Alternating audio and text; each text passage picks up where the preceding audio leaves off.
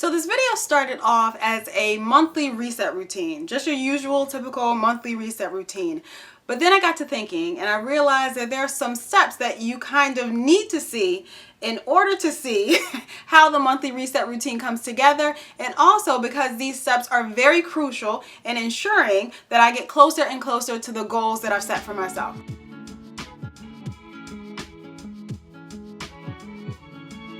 For the past couple of months, my reset routine has taken on a new meaning for me, and that's really based in the fact that I have a different perspective on goals in general. I'm pretty sure I have older videos that cover my entire monthly reset routine and how all the different planners in my life function and play together, but things have changed. Setting myself up for success each month is so much more about how I'm feeling in the moment and how I'm taking the current situation or things that are going on to ensure that I am incrementally getting towards those goals little by little. Because we're building on being 1% better each day, right? Right. And this is how I tackle it. It all starts with journaling. Now, before you click off, it's not like that fluffy kind of journaling. It's more, in a sense, the whole we are going to take over the world kind of journaling. And I guarantee it'll help make you more focused, organized, and stress-free through the entire process. So I'm no stranger to journaling, and that's nothing new around here, but I do feel like the introspection that comes from the journaling process forces me to call my own self out on laziness, on slacking, on doubt. And honestly, we don't need self-doubt. We have like the world hating on us and doubting us as it is, so we don't need any self-doubt, right? Right. I promise I'm not holding out on you. Here are the prompts I'm talking about. We have to fully assess the goals that I want to achieve this month, the steps and the tasks needed to get there or to achieve those goals for this month, how I plan to take care of myself this month, some pitfalls that I should look out for to avoid this month, and some of those strengths that I need to lean into in order to accomplish what I need to this month. Remember, these are all from an internal perspective, and these 5 short prompts have changed my outlook and boosted my efficiency each month. Here's a quick breakdown. So for the goals I want to achieve this month, my goal structure in life has completely changed. So instead of setting up goals for myself where I might have, let's say, 8 core or major goals for the year that I want to accomplish from like January 1st to December 31st, instead, I'm breaking those down into shorter periods of time, kind of what you might call like a sprint or just intervals. And in those sprints, I'm focusing on one specific goal during that time. So this is a major shift from working on, like I said, all those 8 goals for 365 days of the year. We are only focusing on one specific goal for an amount of time. Currently, I'm using like a 6-week type of time frame. And for me, at least, it kind of removes that pitfall of multitasking where we're doing a whole lot of things at once and nothing is done to an exceptional level. You know, like everything just barely got done. Whereas if I'm focusing on one thing, I'm focused on that one thing. So I'm doing my very best to get it accomplished. It also creates more of a sense of immediacy. So I know I only have this 6-week window to get this goal done. It removes the temptation to say, well, it's only May. So, you know, I want to accomplish this goal by December. So I've got a few months. I can sit back and relax right now. And we all know when we do that, we get to like November, we haven't done anything on that goal. And then we need to rush and hurry up and try to get it done by the end of December. And then we kind of feel like a failure.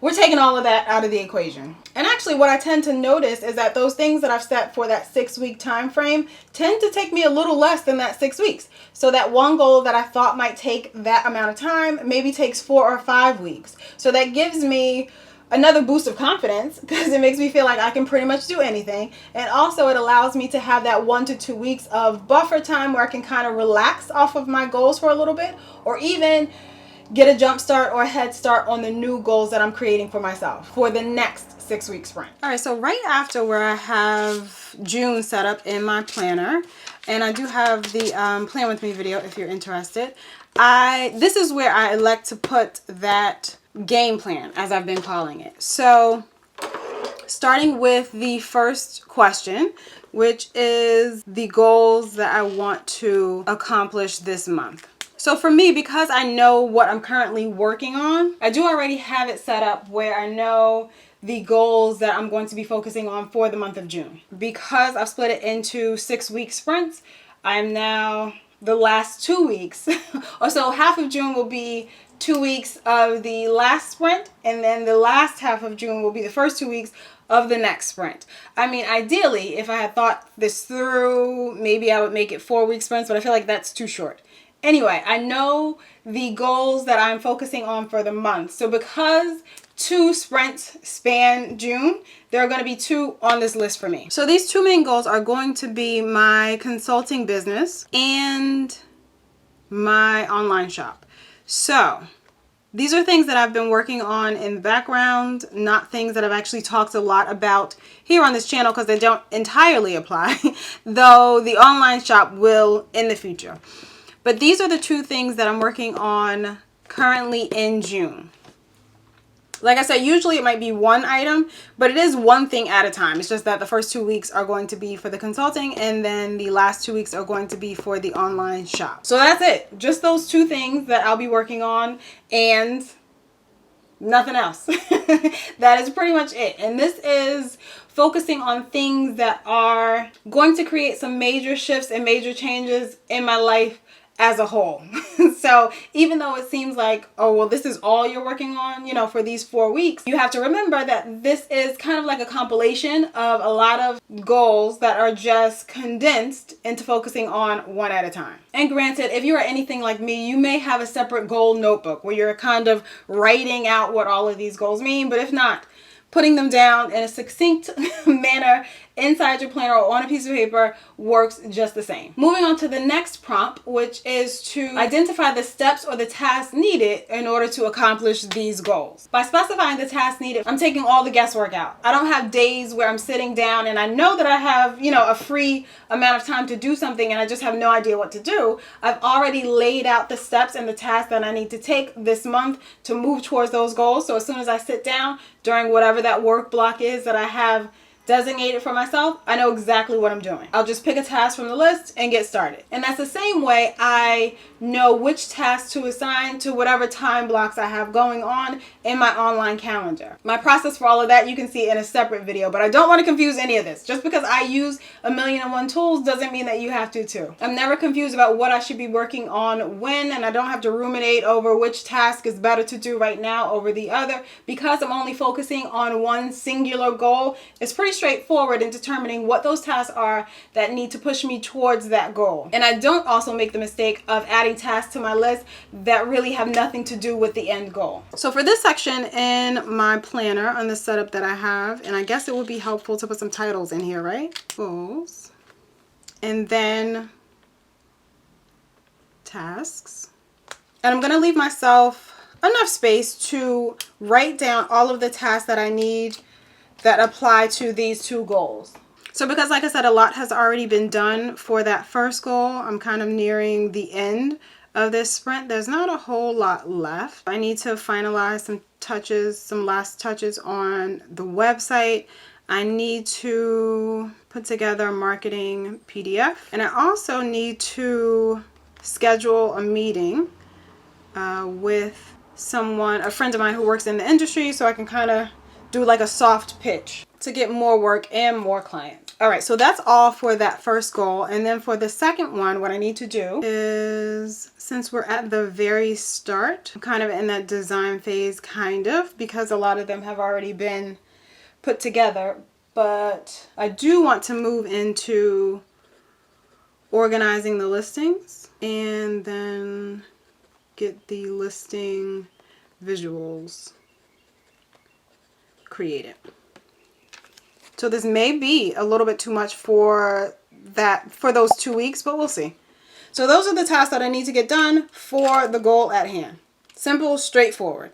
And also I feel like it helps because the task list is kept very succinct and very short. So it doesn't make me feel like I'm overwhelmed with a lot of stuff that I need to get done. So the next prompt that I have in this overall monthly game plan is, how will I take care of myself this month? And this one is definitely centered around self-care. And I thought about reordering these prompts, but I don't think so. I think I want to leave this one smack dab in the middle because it is very important. It's not something that should get pushed to the side or pushed to the end. It's something that has to flow with all of the other goals that we have going on. Self-care is a very big one for me, even if that means I'm just scheduling a day during the week where all I plan to do is sit on my couch and read a book. That to me is self-care, and that's something I definitely want to make sure I put into my schedule because I don't want to miss out on it. So with this prompt, we're being truly thoughtful about what we need now. Like, what do I need this month, this very specific month? Not generally speaking, but maybe based on whatever happened in the month prior, based on what we know we have coming up in the next month. What am I going to need for myself this month? If I need time to hang out with my girls, that means we're going to put like a girls' night on the calendar. If I feel like I want some time at a spa with my husband, we're going to plan which days we're taking off from work so that we can hit up the spa. Like, those are the things that I want to make sure I factor into the events that I'm planning for my life for that month. It also kind of tricks my brain into making me feel like I have something to look forward to. So amongst all of these tasks and all of these goals that I've set up, I also have some fun things that I can look forward to, some fun things that'll sort of break up the monotony of life in general. That makes it so the work doesn't seem too hard. It doesn't feel too taxing, or at least maybe when we're getting to the point where it kind of is starting to feel too taxing, it's a mood booster to see on the schedule that I have a day where I'm just going to chill, a day that I'm going to go to Target. I'm going to leisurely walk around the mall. Like, who has time to do that in life? None of us really, if we have like jobs and families and everything. So allowing us the time to actually do that, the time to actually like carve out the space, I feel like can be very restorative. And the aim for me might be to plan something once a week. It could be to plan a couple times a week. It's just focusing on what I need in my life at the present moment. So for me right now, I can say that, speaking of the spa, I actually think I do want to plan maybe a day for massages. It's been a long time since I've done that. I'm actually not super big on massages, but the last time we went, it was really nice. So that's going to be something that is at the top of my self-care list for the coming month. And also another thing, and I'm on an angle, so my handwriting is looking a little terrible. But another thing that I feel like I need to lean more into for this coming month is my morning time. So my morning time is extremely sacred. I like a slow morning. I like a quiet morning. I like to do whatever it is that I want to do. I don't like to feel rushed before getting into the workday. So I do like to focus on that time. So that would be something for my self-care section for this month. Another thing is that I want more dates. And that could be like date nights with my husband. That could be, I feel like I need some sister time. So I need like some brunch dates with my sister. So I want to schedule more dates. And because we're coming up on the summer, I want to get out to the beach.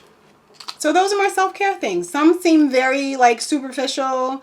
Some seem like they would be large tasks to accomplish and pull off for the month. But I'm going to work towards them. So that's how I would say how I'm taking care of myself this month. Based on what happened the last month, this is what I know I'm going to need this month. Okay, so the next prompt is pitfalls to avoid this month. Pitfalls as in, what do I know is going to trip me up for the month? What do I know that's coming up that could possibly derail me from accomplishing these goals that I've laid out for myself this month? And it's kind of like calling yourself out. I'm calling myself out because there might be some things or some situations or some times where I know I'm going to slack, where I know I'm just going to be so over it. I'm going to be tired. That's usually, obviously, a time that I need to schedule in some self-care or some rest time.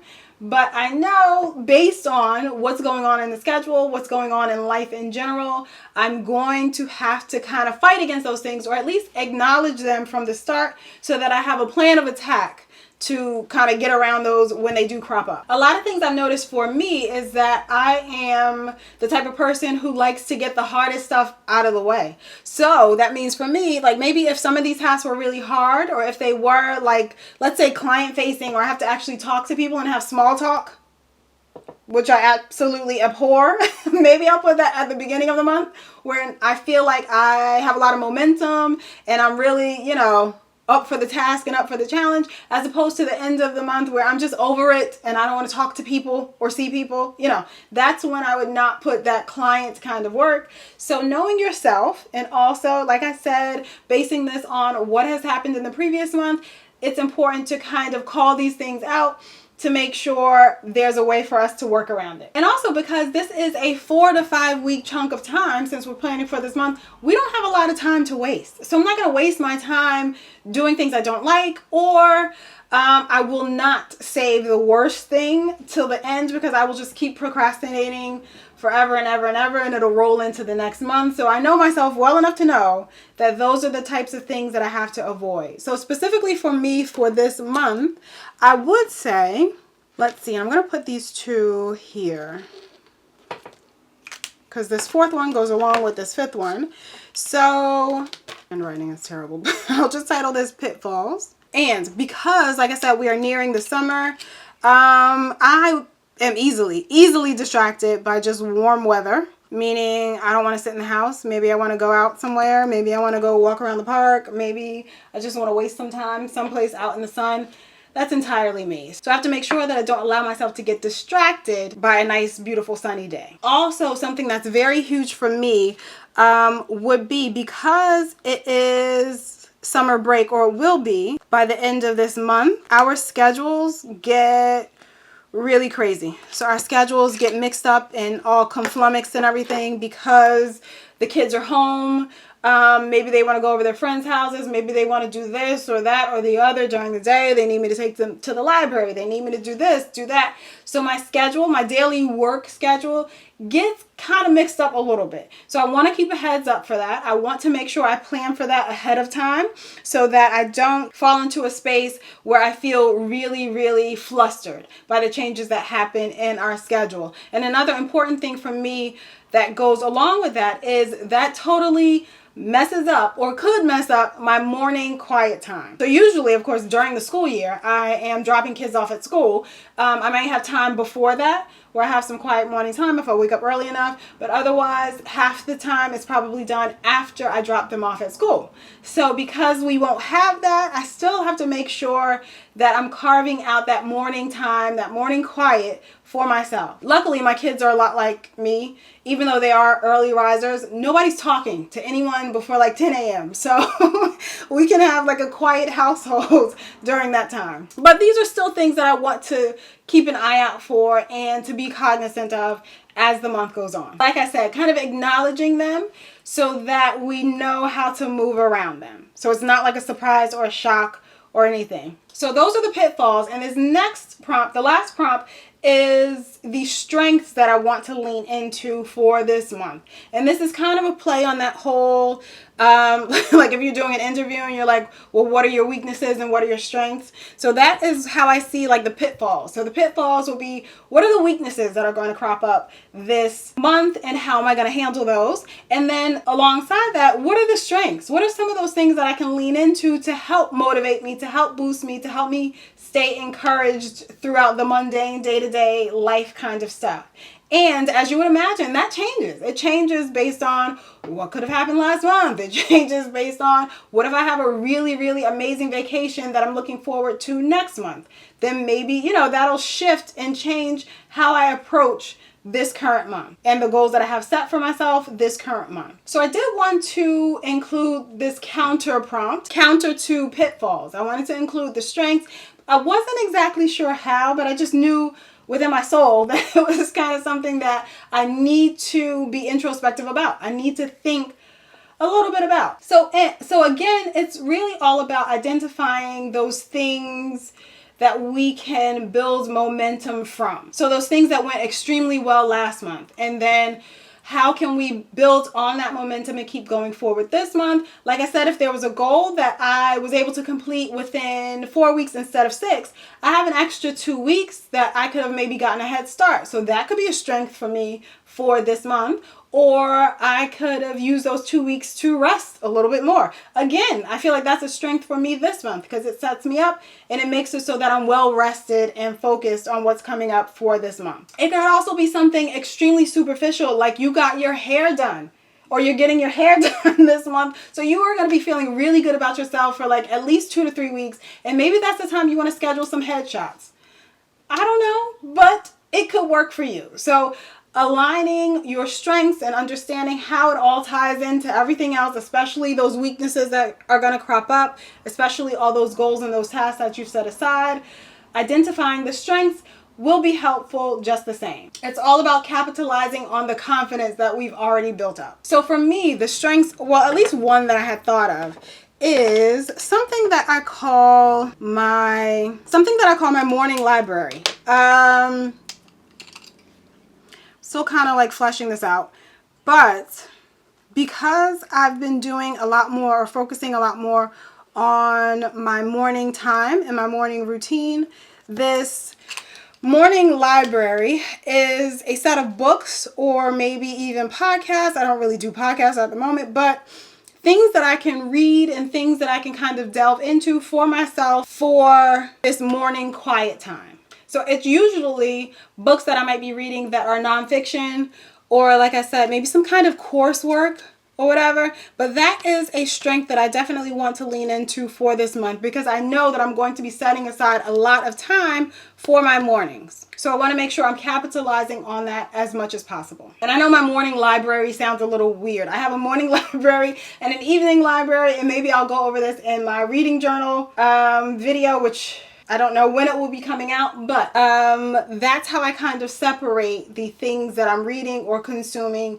at the moment. It's usually educational content in the morning, fiction in the evening. So that's the only strength I could think of at the moment. I feel like I'm sure there are going to be more. So of course, this is an evolving list or game plan, and that's exactly what I should title it. This is an evolving structure that is going to change, and I'm going to add to it as the month goes along. So this is my current layout. I don't know how things are going to change. I'm not sure like if I'm going to add any more prompts down here at the bottom, but this is what's been working for me for the past 3 to 4 months. It's been working for me, and it's been working extremely well. And it's usually just me writing down some scribbles inside of my planner, but I decided to give it an actual page for this coming month and see how that shapes up for me. So this version of a monthly routine is chef's kiss, if you ask me. It's not the same as like tallying up how many workouts you did for the month or how much water you drank for the month.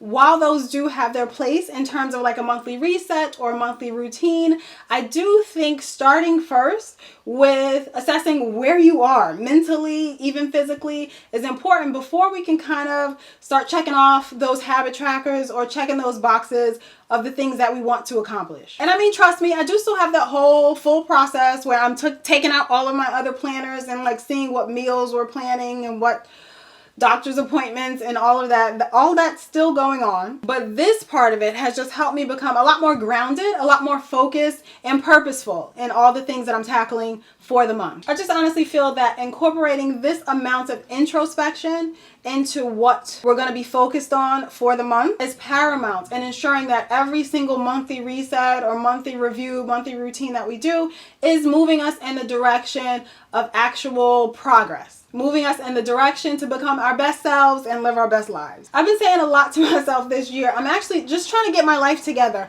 but not only get it together, I'm trying to keep it there. I'm trying to keep it all together. So I feel like this set of prompts, these monthly goal reflection kind of prompts, are what's helping me to do exactly that. Get my life together and keep it there. Thanks for hanging out with me on today's video. I truly appreciate you being here. If you want to watch more videos on my approach and how I believe we can be a lot more purposeful and focused as it relates to productivity, feel free to check out this video right here. And in the end screen, there will also be a couple more videos that I think would be very interesting for you. Again, thank you so much for following along on today's video, and I'll see you in the next one.